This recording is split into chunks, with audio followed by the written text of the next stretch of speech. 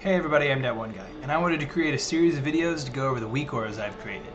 The whole purpose of the Weakauras is obviously to help you better understand your spec and hopefully help you play better as a result, but also to gamify the game.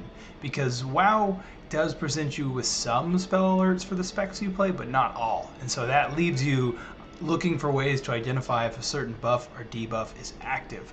And that's where Weakauras can come in play. And I wanted to do more than just have an icon with a timer in it, right? I wanted to try to present you with visual effects that make it feel more like a video game and immerse you more into the spec you're playing. At least that's the idea.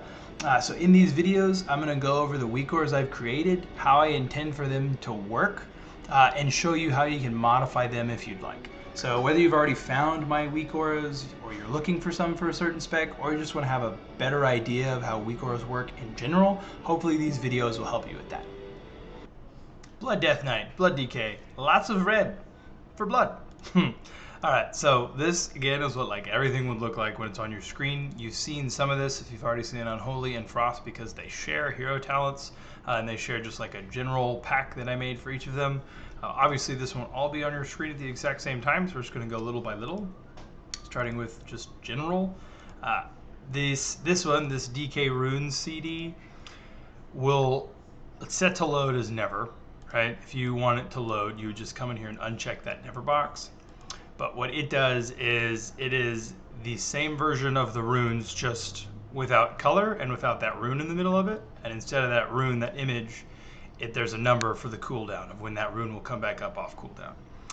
I didn't like it. Like I said, I'm trying to minimize how much is on the screen. I feel like I already have a lot in this part of the screen anyways, with the runic power being there and the runes being there. So I just didn't want something that was permanently there always with a number for you to have to try to keep track of. If you have the rune, you have it. If you don't, you don't.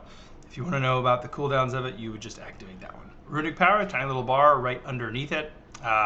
Just shows you how much runic power you have, right? So you know if you can death strike. Death and Decay, when it's active, it'll be a full bar progressing down to 0 like that with the timer in the middle. When it is inactive, right, when you don't have the buff but you do have a charge of Death and Decay, you'll see that. So just trying to help you with your Death and Decay uptime, right? If you're in it, you'll see a progress bar. If you're not in it and it's available, it'll flash at you like that. If it's not available, you're SOL. And you get the Crimson Scourge procs for blood, so you probably don't really have to worry about that one. Unholy Strength, I don't have it set to load for Blood DK. There was only one guide where I found that it cared about when that was active, and that was when you were basically in Deathbringer for Frost. So if you're on Deathbringer for Frost, that won't load. But if you wanted to, you would again go to the load conditions and just uncheck that hero talent, and then check this box or change it so that it changes to all three of them, or just change this to a blood instead of Frost. Right, and then just a little cast bar, which you won't really cast that much unless you're gathering herbs or mounting and stuff like that.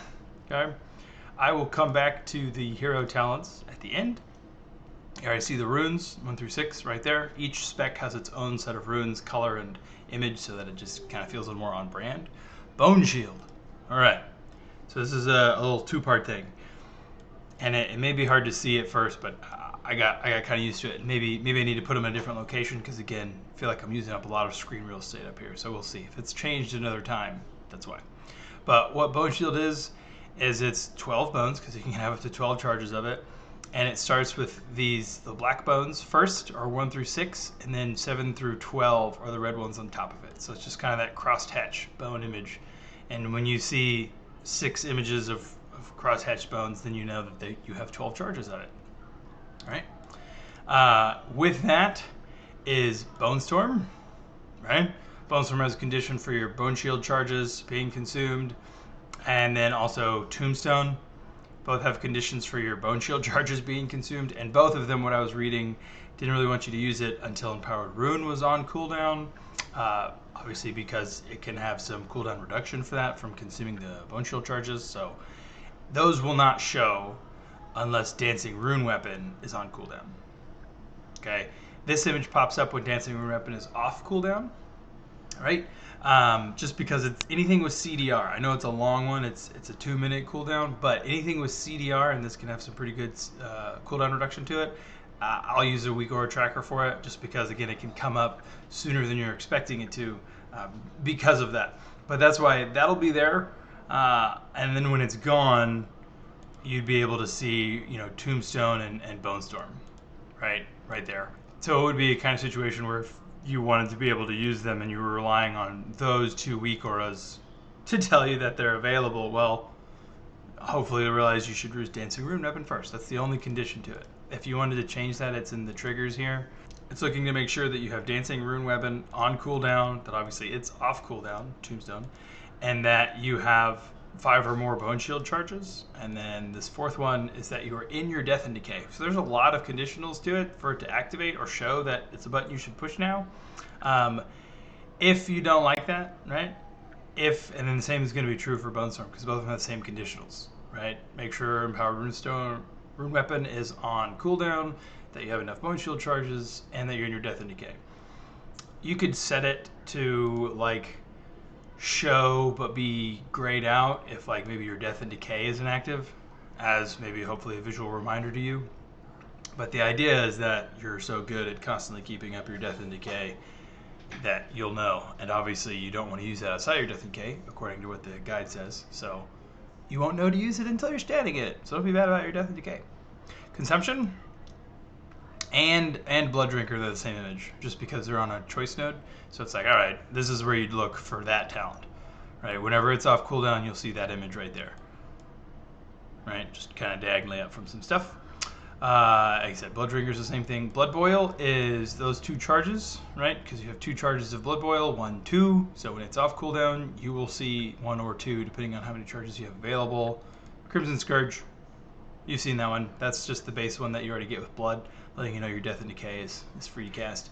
And Blood Plague is there because that is where I have Hemostasis and Coagulopathy.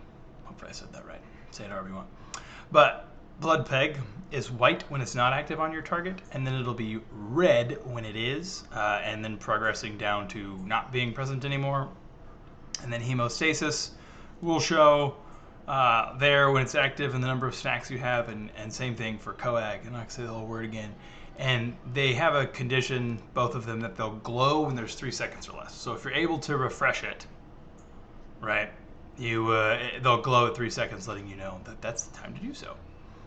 As for the hero talents, Deathbringer, when Reaper's Mark is off cooldown and available, you'll see those red flip-flop swords right outside your Crimson Scourge, letting you know that Reaper's Mark is available to use.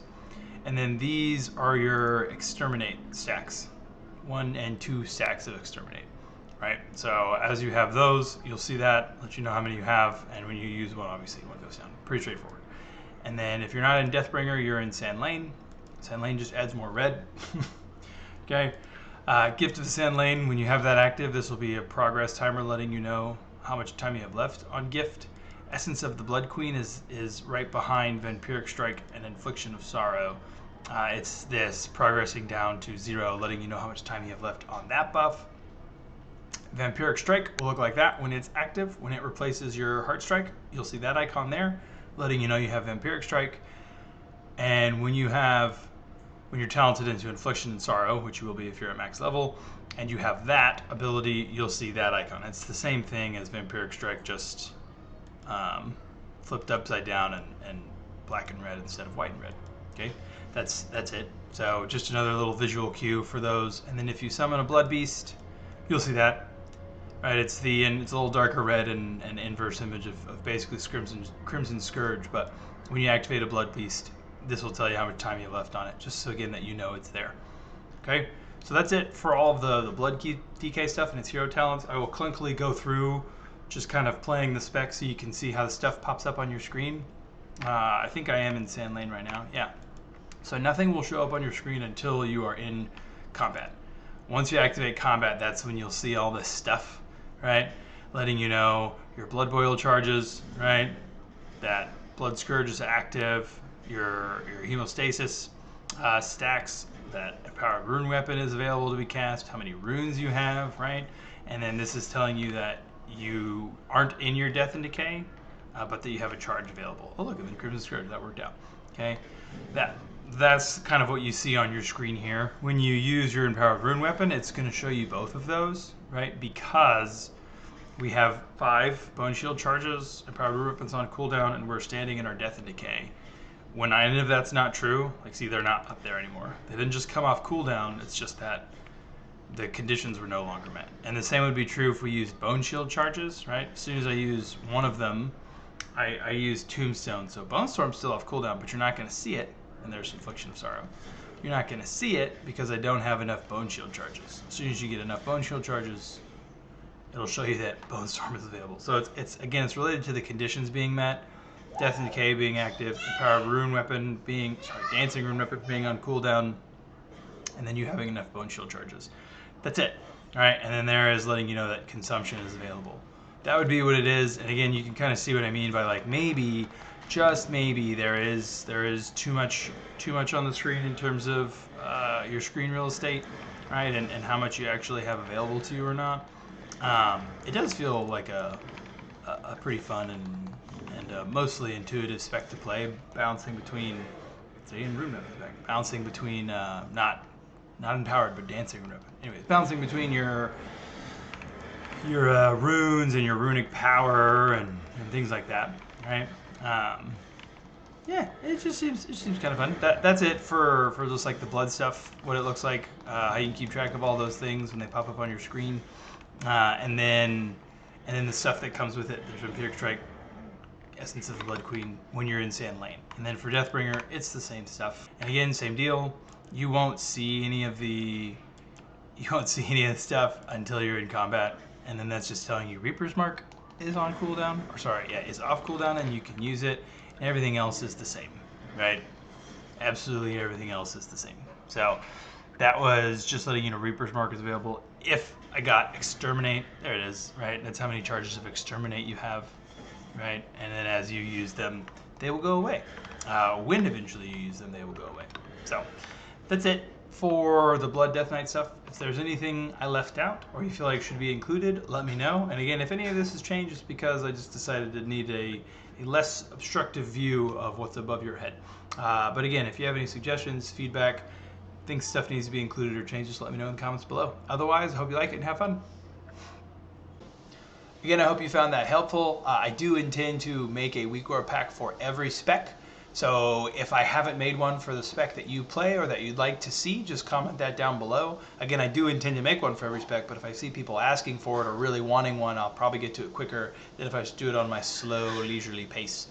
I hope it will enhance your gameplay. Like I said, it's all about gamifying the game and making it more fun and more immersive for you, while also helping you improve as a player because the information that you need to react to is hopefully more readily available. If you have any other questions about this Weakura pack that you just watched or any other ones, again, please feel free to comment. I try to be as interactive as possible in my YouTube section. And that's it. I hope you have a great day.